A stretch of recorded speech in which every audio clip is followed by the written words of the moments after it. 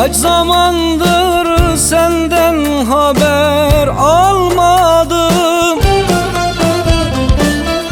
Neredesin ceylan gözlüm sevdiğim? Sensiz bu dünyada tad alamadım.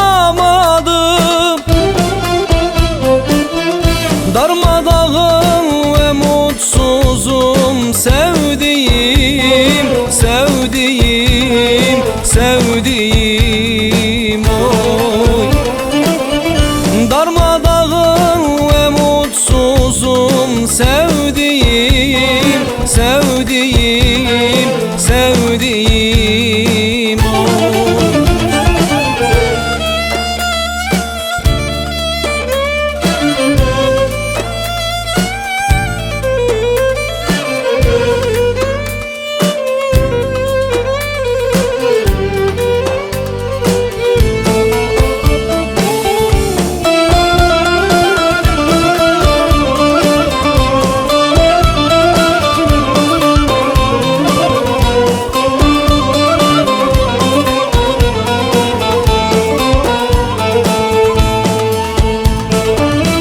Geçenlerde seni dostlara sordum.